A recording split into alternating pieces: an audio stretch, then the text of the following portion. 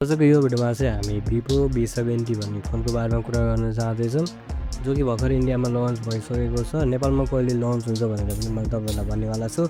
अनि आजको यो भिडियोमा चाहिँ हामी यसको क्यामेरा, डिस्प्ले, पर्फर्मेन्स, ब्याट्री सबै कुराको बारेमा चाहिँ एकदमै डिटेल कुरा गर्न चाहँदैछौँ।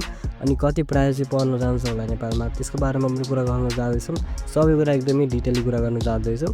सो यदि तपाईँहरू चाहिँ नेपालमा चाहिँ एउटा नयाँ टाइपको स्मार्टफोन किन्ने सोचिरहनु भएको छ, भिभो ब्रान्डको एकदमै दामी खालको एउटा युनिक टाइपको एकदमै राम्रो एकदमै ब्युटिफुल डिजाइन भएको भने आजको यो भिडियोलाई चाहिँ लास्टसम्म हेर्नुहोला।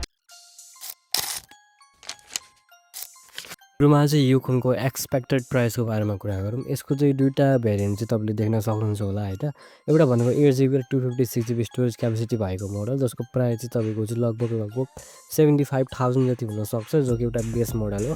अर्को भनेको 12GB ऱ्याम र 256GB स्टोरेज क्यापेसिटीवाला भेरिएन्ट, जसको प्राइस चाहिँ अलिकति धेरै हुन्छ। लगभग तपाईँको चाहिँ 86,000 चाहिँ पर्न जान्छ भन्ने चाहिँ मेरो एक्सपेक्टेड हो। अनुमान गरेको मैले चाहिँ इन्डियन प्राइस लगाएर नेपाली प्राइसले कम्पेयर गरेर कन्भर्ट गरेर चाहिँ निकालेको प्राइस हो। यति नै हुन्छ भन्ने छैन, योभन्दा कम पनि हुन पायो र योभन्दा धेरै पनि हुन पायो। सो त्यो चाहिँ अब आएपछि हेरौँला। फोनको डिजाइन र बिल्ड क्वालिटीको बारेमा कुरा गरौँ। एकदमै स्टाइलिस एकदमै सलिड टाइपको डिजाइन तपाईँले देख्न सक्नुहुन्छ। यसमा चाहिँ तपाईँले ग्लासको फ्रन्ट देख्न सक्नुहुन्छ, एल्युमिनियमको फ्रेम देखिराख्नु भएको छ। एकदमै प्रिमियम लुक्स एकदमै ब्युटिफुल लुक तपाईँले पाउन सक्नुहुन्छ। एकदमै हाई एन्ड फोन टाइपको देखिन्छ, एकदमै महँगो फोन टाइपको देखिन्छ हैन। यसमा तपाईँले IP69 सम्मको रेटिङ पाउन सक्नुहुन्छ। एकदमै राम्रो प्रोटेक्सन हो। कलरहरूको बारेमा कुरा गर्नुपर्दा एकदमै दामी कलर, एकदमै मिठो कलर भनेको रेड कलर हो। त्यसपछि एउटा लेमन येल्लो भन्ने छ, अनि अरू कलरहरू पनि तपाईँले पाउन सक्नुहुन्छ। बट सबभन्दा बेस्ट सबभन्दा ब्युटिफुल भनेको चाहिँ रेड लाग्यो मलाई भिभोको यो कुरा एकदमै मनपर्छ। पहिला पनि एउटा फोन थियो यस्तै टाइपको पिङ्क टाइपको फोन थियो होइन, एकदमै राम्रो देखिन्छ। सो तपाईँले चाहिँ कलर अप्सन पनि एउटा युनिक टाइपको पाउन सक्नुहुन्छ। अब धेरै फोनहरूमा त्यही बेसिक कलर होइन, ब्राउन व्हाइट तपाईँको चाहिँ ब्ल्याक टाइपको कलरहरू दिइरहेको छ, तर यसमा चाहिँ युनिक टाइपको कलर दिइरहेको छ, जो कि मलाई एकदमै मनपर्छ। तपाईँहरूलाई पनि मनपर्छ होला है। आई थिङ्क मनपर्छ भने तल कमेन्ट बक्समा कमेन्ट चाहिँ गर्नु होला। सो डिजाइन र बिल्ड क्वालिटीको बारेमा कुरा गरौँ। एकदमै कम्फर्टेबल फिल हुन्छ हातमा छोप्दाखेरि, एकदमै मोडर्न। अब भनिसकेँ मैले कलरको बारेमा, एकदमै प्रिमियम मेटेरियलहरू युज भएको छ। सो हातमा छोप्दाखेरि, हातमा लिएर हिँड्दाखेरि, सबै कुरा गर्दाखेरि एकदमै स्टाइलिस एकदमै मोडर्न टाइपको चाहिँ तपाईँले यो फोनको डिजाइन र बिल्ड क्वालिटी पाउन सक्नुहुन्छ। पछि यो फोनको डिस्प्लेको बारेमा कुरा गरौँ। एकदमै ब्राइट एकदमै स्मुथ टाइपको डिस्प्ले तपाईँले पाउन सक्नुहुन्छ। 6.59 इन्चको एमोलेड डिस्प्ले छ। फुल एचडी प्लसको रिजोल्युसन छ। 120 हर्ट्जको रिफ्रेस रेट छ। HDR10 प्लसको तपाईँले चाहिँ कलर सपोर्टहरू पाउन सक्नुहुन्छ। डिस्प्लेको बारेमा छोटो मिठो कुरा गरौँ होइन। गेमिङ गर्दाखेरि होस्, चाहे टिकटकहरू चलाउँदाखेरि होस्, फेसबुक चलाउँदाखेरि होस्, एकदमै स्मुथली रन हुन्छ, एकदमै स्मुथ छ। 120 हर्ट्ज भनेको एकदमै दामी रिफ्रेस रेट हो होइन। तपाईँहरूले चाहिँ फोन युज गर्दाखेरि एकदमै स्मुथली एनिमेसनहरू देख्न सक्नुहुन्छ। अब गेमिङ गर्दा पनि तपाईँको चाहिँ एकदमै राम्रोसँग टच रेस्पोन्सहरू हुन्छ, जसले गर्दा तपाईँको गेमिङ पनि इम्प्रुभ हुन जान्छ। सो डिस्प्ले चाहिँ तपाईँको एकदमै ब्राइट होइन। यदि घाममा बसेर फोन चलाउनुहुन्छ भने पनि एकदमै फुल्ली ब्राइट देखिन्छ तपाईँको। अनि कलर कम्बिनेसनहरू पनि एकदमै मिठो छ, एकदमै राम्रो क्वालिटीको तपाईँले कलरहरू पाउन सक्नुहुन्छ। सो ओभरअल डिस्प्ले चाहिँ यो फोनको चाहिँ एकदमै ब्राइट एकदमै स्मुथ एकदमै भाइब्रेन्ट टाइपको चाहिँ भन्न सकिन्छ। यो फोनको पर्फर्मेन्सको बारेमा कुरा गरौँ। यसमा चाहिँ तपाईँले स्न्यापड्रागन 7 Gen 4 भन्ने चिपसेट पाउन सक्नुहुन्छ, जो कि मिड रेन्जभन्दा अलिकति माथि लेभलको चाहिँ तपाईँको चिपसेट हो। अब ऱ्याम रोमको बारेमा मैले कुरा गरिसकेको छु। एन्ड्रोइड 16 विथ ओरिजिन OS 6 तपाईँले सफ्टवेयर पाउन सक्नुहुन्छ। क्लिन छ, एकदमै मोडर्न युआई छ।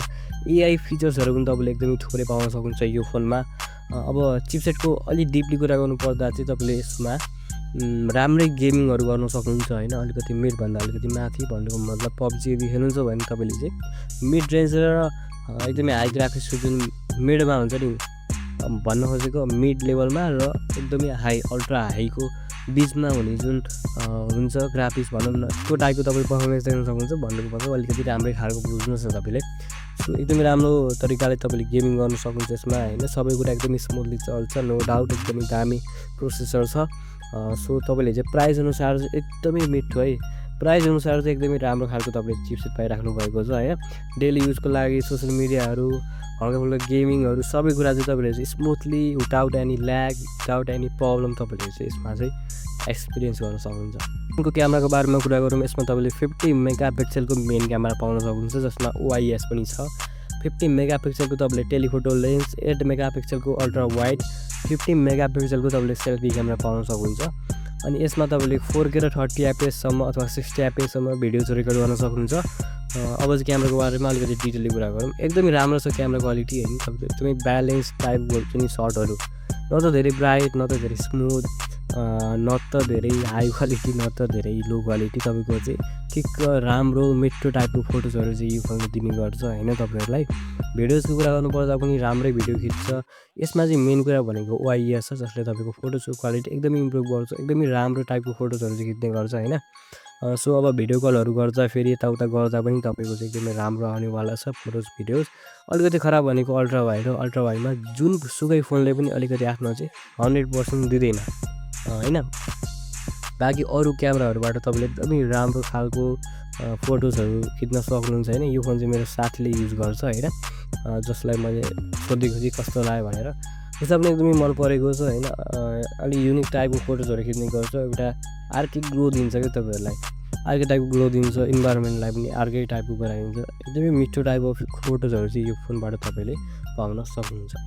अब चाहिँ यो फोनको ब्याट्री चार्जिङको बारेमा कुरा गरौँ। 6500 mAhको तपाईँले एकदमै ठुलो खालको ब्याट्री पाउन सक्नुहुन्छ। एकदमै दामी ब्याट्री हो, लगभग तपाईँको दिनभरि पनि जति चलाए पनि तपाईँको ब्याट्री मजाले टिक्छ। गेमिङ गर्नुहोस्, यसुकै गर्नुहोस्, दिनभरि ब्याट्री चल्छ। सबभन्दा मेन कुरा भनेको तपाईँले 90 वाटको फास्ट चार्जिङ स्पिड पाइराख्नु भएको छ, जो कि one of the best, one of the top तपाईँको चाहिँ चार्जिङ स्पिड हो। तपाईँको चार्जिङ उत्तिखेरै हुन्छ हैन, एकदमै चाँडै हुन्छ। प्लस तपाईँको चार्ज एकदमै लामो समयसम्म टिक्छ पनि, एकदमै दामी कुरा तपाईँले पाइराख्नु भएको छ। गेमिङ तपाईँको एकदमै बवाल हुनेवाला छ यदि तपाईँहरूले यो फोन किन्नुभयो भने। सोसियल मिडिया चलाउनुहोस्, गेमिङ गर्नुहोस्, क्यामेरा जति चलाउनुहोस्, मुभिज हेर्नुहोस् 2-4वटा हैन, जति हेरे पनि तपाईँको ब्याट्री भइहाल्यो भने पनि तपाईँले चार्जिङ लाउन सक्नुहुन्छ, उत्तिखेरै चार्ज हुन्छ। सो यो फोनको चाहिँ ब्याट्री चाहिँ एकदमै बवाल छ हैन। अब चाहिँ मैले तपाईँहरूलाई चाहिँ यो फोनको बारेमा सरल र समरी गरिदिन्छु, जसले गर्दा फोन किन्ने नकिन्ने भनेर तपाईँलाई डिसिजन लिन चाहिँ एकदमै सजिलो हुन्छ। सुरुमा चाहिँ यो फोनको राम्रो कुराहरूबाट सुरु गरौँ। क्यामेरा सिस्टम एकदमै राम्रो छ, डिस्प्ले पनि एकदमै राम्रो पाउन सक्नुहुन्छ, ब्याट्री भन्नै परेन एकदमै बवाल छ। तपाईँको पर्फर्मेन्स पनि तपाईँले राम्रै पाउन सक्नुहुन्छ र यसमा तपाईँले IP रेटिङहरू पनि एकदमै दामी पाउन सक्नुहुन्छ। अब चाहिँ यसको चाहिँ केही नराम्रो कुराहरू पनि छ, त्यसको बारेमा पनि कुरा गरौँ है त। सबभन्दा पहिला यसको नराम्रो कुरा भनेको यसमा अल्ट्रा वाइड क्यामेरा खासै राम्रो छैन। क्यामेरा ओभरअल राम्रो छ, बट जब अल्ट्रा वाइडको कुरा आउँछ तब धेरै जस्तो फोनहरूको क्यामेरा नराम्रो हुन्छ।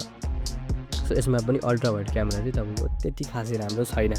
अर्को भनेको जुन यसमा चिपसेट छ, हुन त त्यो चिपसेट एकदमै राम्रो छ, तर जुन हिसाबको यो फोनको प्राइस छ त्यो हिसाबले चाहिँ अझै राम्रो चाहिँ यो कम्पनीले चिपसेट हाल्न सक्थ्यो।